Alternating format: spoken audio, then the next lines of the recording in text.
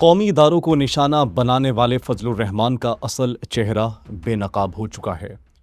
مدارس کی آڑ میں کروڑوں روپے کی کس طریقے سے کرپشن کی گئی۔ کشمیر کمیٹی کے چیئرمین تھے، we have told you multiple Times.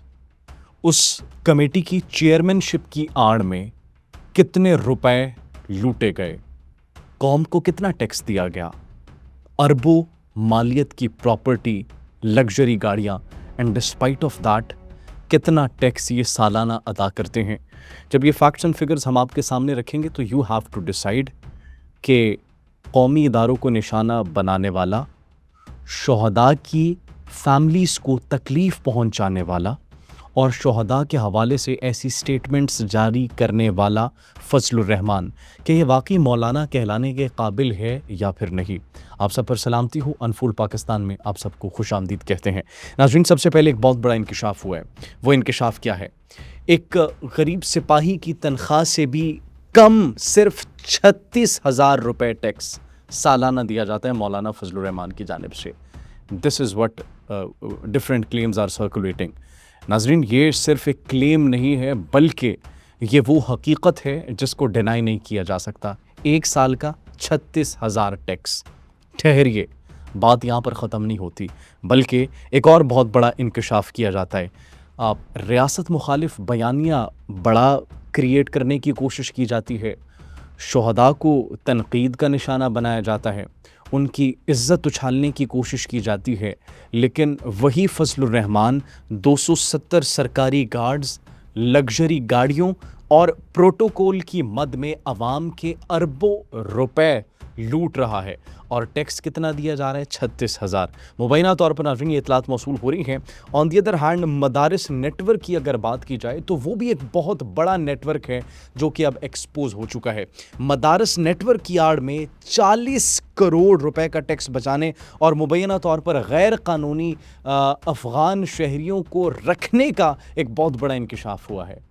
ناظرین، یہ تمام تر حقائق وہ ہیں جس کے اوپر آپ اگر غور و فکر کریں گے، ایک محب وطن، ایک پاکستانی غور و فکر کرے گا تو اس بات کا اندازہ ناظرین آپ خود لگائیے کہ یہ کس طریقے سے اتنے باہمت ہو کر شہداء کی عزت و تکریم کو اچھالتے ہیں، کس انداز میں یہ کہتے ہیں کہ ایک شہید تنخواہ لے کر وہ ڈیوٹی سر انجام دیتا ہے۔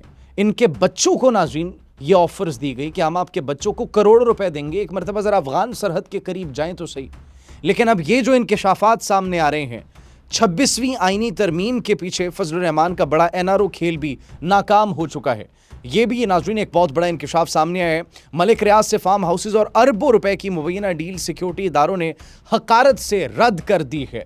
یہ ایکچولی وہ مولانا ہیں جن کے ڈیزل کے سکینڈلز، ڈیزل اور مختلف کرپشن کے سکینڈلز اس وقت منظر عام پر آ رہے ہیں، اور 1993 کا تو سب آپ کو پتا ہوگا، سب کو پتا ہوگا کہ جو ڈیزل کی پرمٹ کی داستان ہے وہ تو کسی سے ڈھکی چھپی نہیں ہے، جس پر ان کو مولانا ڈیزل کا خطاب دیا جاتا ہے۔ اور پھر صرف یہ نہیں ناظرین، بلکہ کشمیر کمیٹی کی آڑ میں کتنے پیسے لوٹے گئے، کتنے پیسوں کا غبن کیا گیا۔ 46 کروڑ کا مبینہ طور پر غبن کیا گیا، 46 crore, and yet he is having the spine to say about our martyrs۔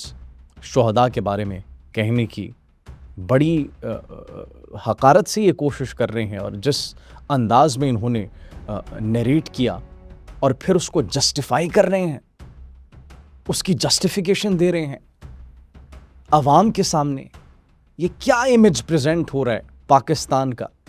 آپ ایک پولیٹیکل لیڈر ہیں اور سب جانتے ہیں آپ کے پولیٹیکل کریئر کو، آپ نے کس طریقے سے ہر دور میں حکومت کے ساتھ مل بیٹھ کر جو ان کے ساتھ اپنی ذات پر کمپرومائز کیا، آپ کس طریقے سے کس کس کی گود میں بیٹھ کر آگے آئے ہیں، every one knows about it.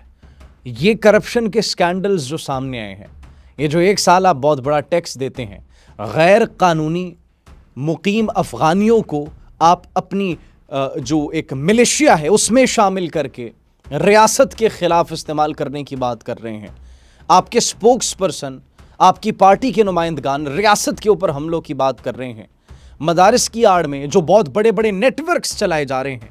Now this nation wants an answer, اور جواب کا انتظار رہے گا۔